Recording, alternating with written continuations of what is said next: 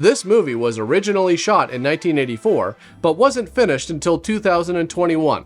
The story behind it is quite interesting, and the finished film provides some pretty entertaining moments for fans of weird movies. Hey guys, welcome back to the show, and on this episode I'm going to be talking about a movie called New York Ninja. Now this movie was written, directed, and stars John Liu. John Liu was a martial artist who appeared in a bunch of kung fu movies in the 1970s and was widely known for his kicking ability. At the beginning of the 1980s, he launched his own production company and started making his own movies. One of those movies came out in 1981, and it is incredibly bizarre. I almost had enough material to make a separate video just for that film. The movie is called Ninja in the Claws of the CIA, which is also known as In the Claws of the CIA and Made in China.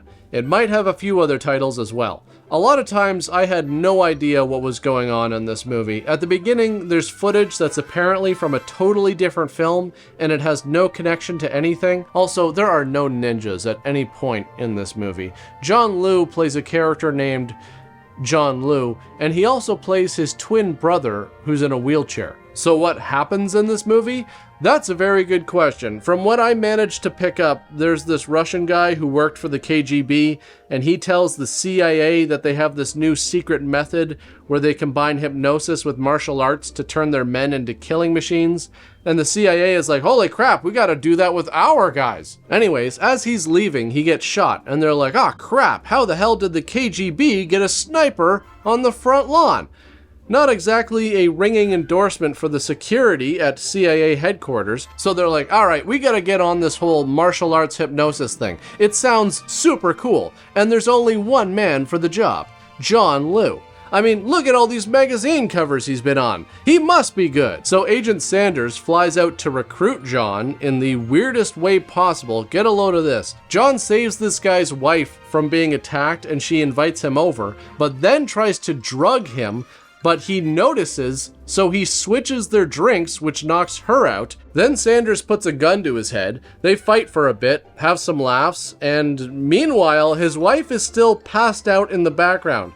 And also, would a CIA agent handle a gun like this with his finger on the trigger? There are a lot of fight scenes in this movie, which you would expect, but everything else is pretty hard to follow. I know you've heard me use the term vanity project a lot the past few months, but this movie has all of the elements of it, even more so than some of the others I've talked about recently. I mean, beyond being a giant showcase of his skills, John is playing himself and having the CIA seek out his expertise. And peppered throughout this ridiculous storyline are these women who find him so irresistible. And sometimes it's just a straight up sex scene, but other times you get these really bizarre suggestive scenes. There's a scene here where John takes this woman out for a picnic, and he starts doing what everybody does at a picnic, shirtless push-ups. And what is she doing?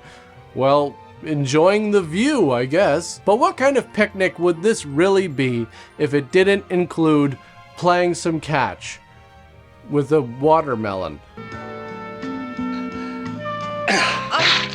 You idiot! I think the standout scene in this movie has to be where they put his method to the test with various distractions, and he's gotta stay focused, stay strong, and stay soft. I swear, I'm not joking. I mean, it sounds ridiculous, it looks ridiculous, but when you think about it, I guess it actually makes some sense. When you're in the CIA, you don't know what you're going to encounter out there in the field.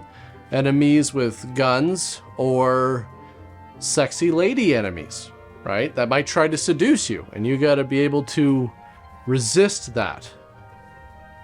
It's not the job for me. And this is really just the tip of the iceberg. I would totally recommend checking this movie out for the fight scenes and for the unintentional hilarity of the rest of it. Just be prepared to be very confused. So when it comes to New York Ninja, as I mentioned at the beginning of the video, the movie was shot, but the original distributor, 21st Century, went bankrupt. So the footage was then sold. Troma Entertainment, best known for making B-movies like The Toxic Avenger, got a hold of the footage but didn't feel there was enough to make a finished film. 30 years later, Vinegar Syndrome was acquiring a large collection of film assets, and when they went to pick them up, the footage for New York Ninja was included, and that's when a new employee of the company, Curtis Spieler, decided to take on the task of cutting the footage together and completing the film. The only problem was that there was no sound, no credits, and no script, so I gotta give him all the credit in the world, because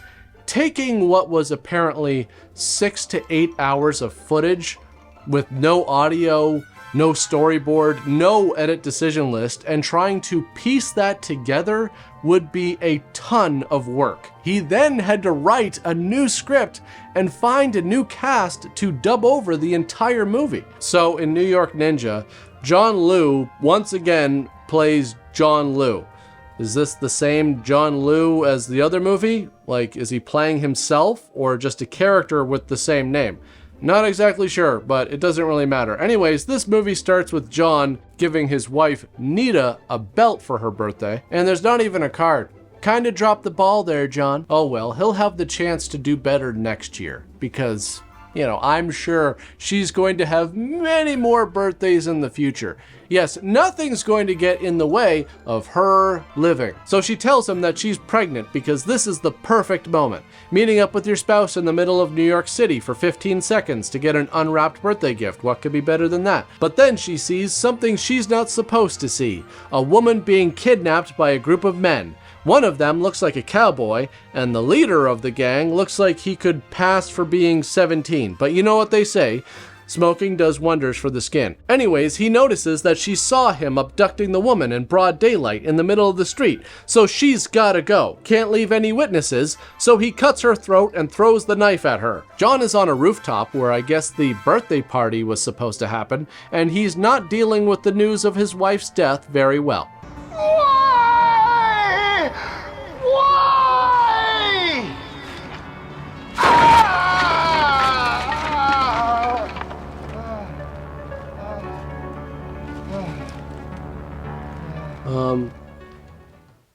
I was told there would be cake and treat bags. Am I to assume that we're no longer doing that? Because I'm not seeing any.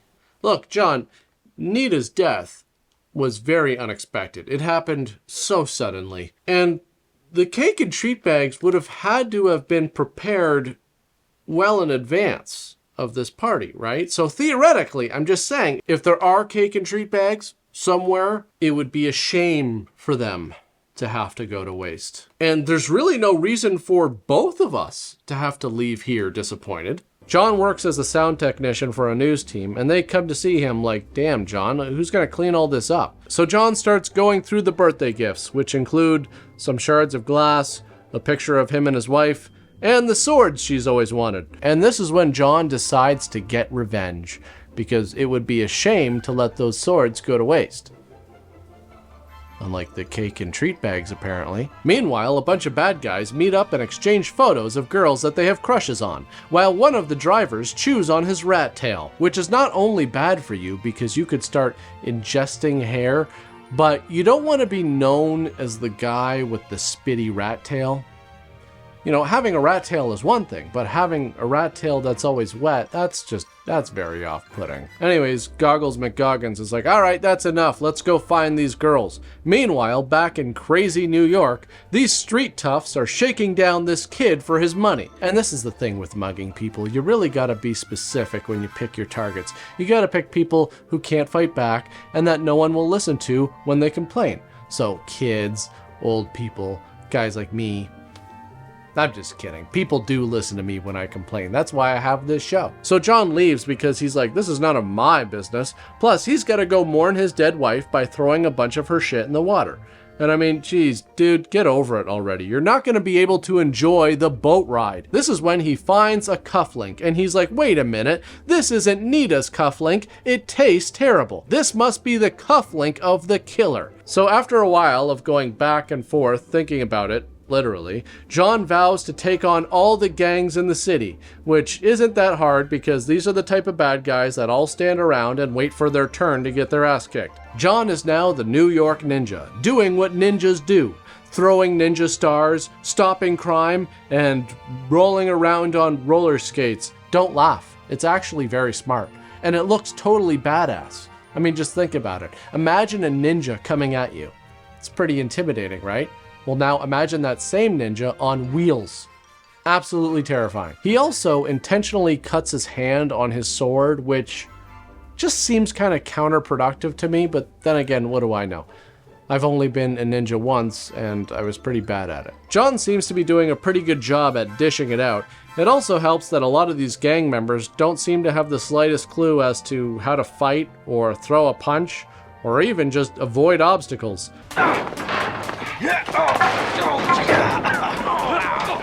And there's a lot of this throughout the movie. The ninja has a lot of bad guys to take care of, but somehow he still has time to make merchandise like branded throwing stars and t-shirts, which I can actually appreciate because, I mean, saving the city is great and all, but you gotta find a way to make some money off of it. Because someone will. By the way, off topic, these are totally available in my store right now. The only bad part about the whole ninja thing is that all the flips in the world won't stop bullets from hitting you, or kids either. Which may seem a bit extreme, but I think the movie had to go there, personally. Yeah, it's getting a bit dull, and nothing spices up a movie like a kid getting seriously hurt or killed. I'm serious, think about it. My Girl, right? Don't really remember what the movie is even about. What's the most memorable part of that movie? Kid in a casket. He can't see without his glasses. Revenge of the Sith had a ton of memorable moments, but what was the most shocking? The room full of dead kids. Because it's so tragic and emotionally impactful. And you can just go down the list. Pet Sematary, that stupid movie where Haley Joel Osment gets stabbed at the end. See, I don't remember the name of the movie. Pay it forward. Incredibly depressing. That one with Macaulay Culkin and The Good Son. Yeah, well, actually, that was a good death. He had to die. John looks at the kid and he's like, ah, crap. If he was only 5 seconds earlier, he could have blocked the bullet that hit me. So John revives the kid with what else? Incense, shirtless rest, and watching him do something totally badass, like digging the bullet out of his own chest. Several weeks go by without any sightings of the ninja, and that's because John decided to retire and go into business making the most revealing swimwear ever. John and the kid are both catching fish, and the kid is like, yeah, see, you could have just used the fishing rod in the first place. Instead of giving me mental images I'll have to scream out of my brain for the rest of my life. Apparently, Goggles is the plutonium killer, and he's claimed another victim and left her in a trash can. And see, that is just awful. Nobody wants to be photographed in an embarrassing position like that. Even after death. Especially after death. So after they take a bunch of pictures, the cops are like, all right, well, let's just leave her here. Sure, the coroner will come by at some point. The plutonium killer wants the news reporter taken care of, so the bad guys show up while she's interviewing the mayor of the city or something. And see, this is one of the many dangers of doing a news report in a park in the middle of the day. I mean, what did you think was going to happen? John sees that one of the guys is wearing the same cufflink as the one his dead wife had because he's got eagle vision, and he's like, holy crap, this could be the guy. What are you gonna do, fat bitch? Sit your ass down. Okay, now we're just getting crazy here. Was the name calling really necessary?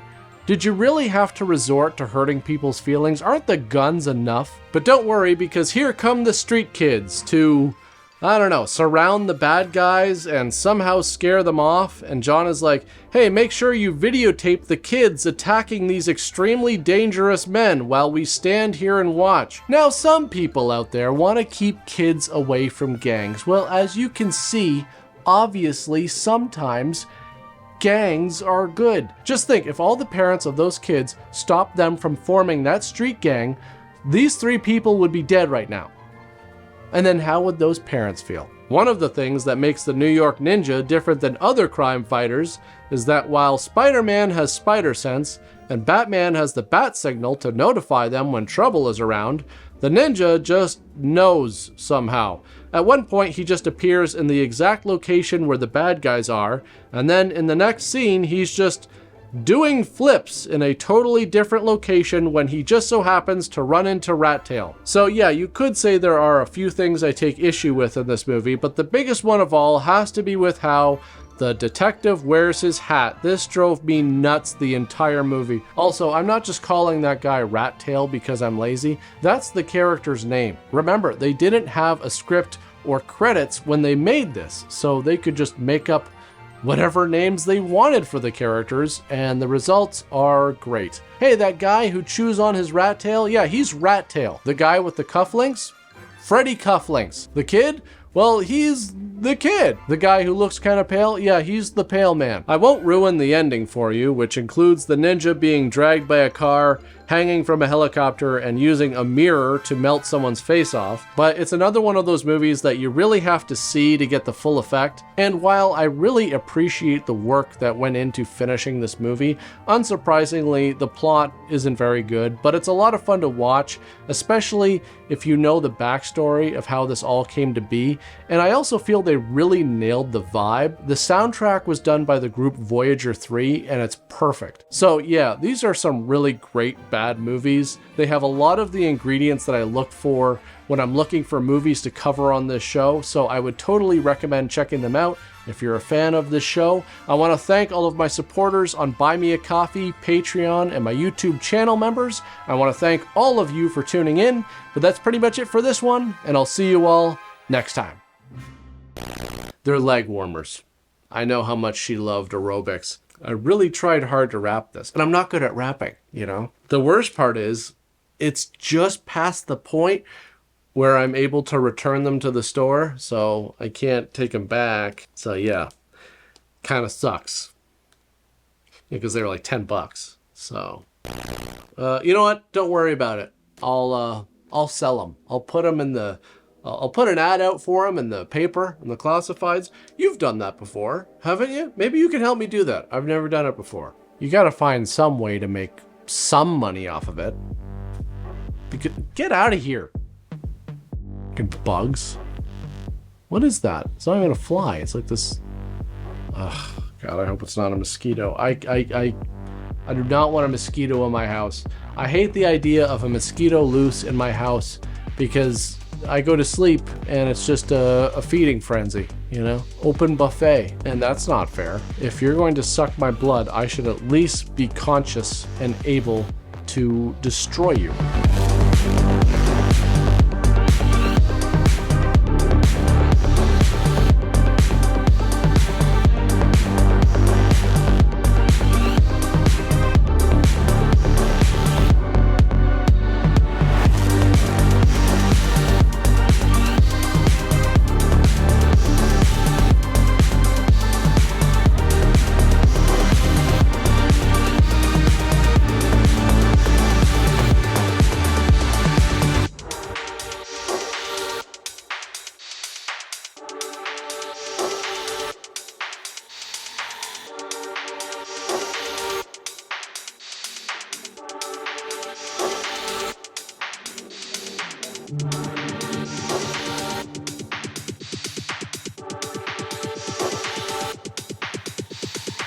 Thank you.